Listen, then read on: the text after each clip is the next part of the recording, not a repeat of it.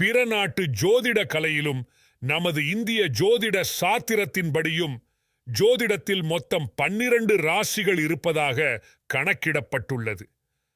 மனிதர்கள் அனைவருமே இந்த 12 ராசிகளுக்குள் தான் பிறக்கின்றனர். 12 ராசிகளில் பிறந்தவர்கள் ஒவ்வொருவரும் வெவ்வேறான குணாதிசயங்கள் கொண்டவர்களாக இருப்பார்கள். 12 ராசிகளில் முதலாவதாக வருவது மேஷம் ராசி. மேஷ ராசியின் தன்மை குறித்தும் அவர்கள் நற்பலன்களை பெறுவதற்கான பரிகாரங்கள் குறித்தும் இங்கு காண்போம். மேஷம் என்றால் கிடாய் ஆடு என்று பொருள். கிடாய் ஆடு நவகிரகங்களில் செவ்வாய் பகவானுக்குரிய விலங்காகும். செவ்வாய் பகவான் போர் கிரகம் ஆவார்.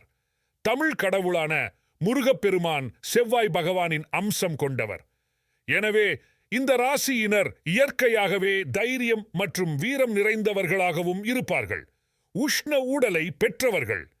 பல நற்பலன்களை அனுபவிக்கும் யோகம் கொண்டவர்கள் என்றாலும் அவர்கள் கீழ்கண்ட பரிகாரங்களை செய்வதன் மூலம் அவர்களின் வாழ்வில் எப்போதும் நன்மைகள் அதிகம் ஏற்படும். மேஷ ராசியினர் தங்கள் வாழ்வில் பல யோகங்கள் மற்றும் நற்பலன்களை தொடர்ந்து பெறுவதற்கு ஒவ்வொரு செவ்வாய்க்கிழமையும் முருகப்பெருமான் கோவிலுக்கு சென்று முருகனை வழிபட்டு வர வேண்டும்.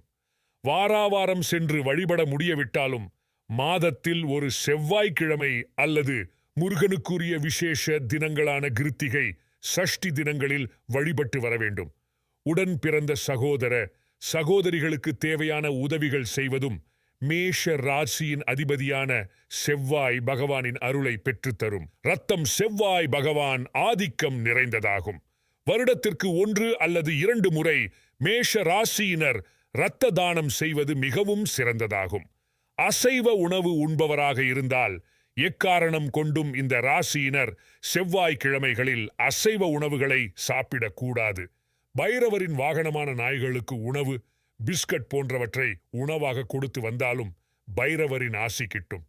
வருடத்திற்கு 1 முறை நவகிரகங்களில் செவ்வாய் பகவானுக்குரிய தலமான வைத்தீஸ்வரன் கோவில், ஸ்ரீ வைத்தியநாதர் மற்றும் தையல் நாயகி அம்பாளை வழிபடுவது மேஷ ராசியினருக்குரிய சிறந்த பரிகாரமாகும்.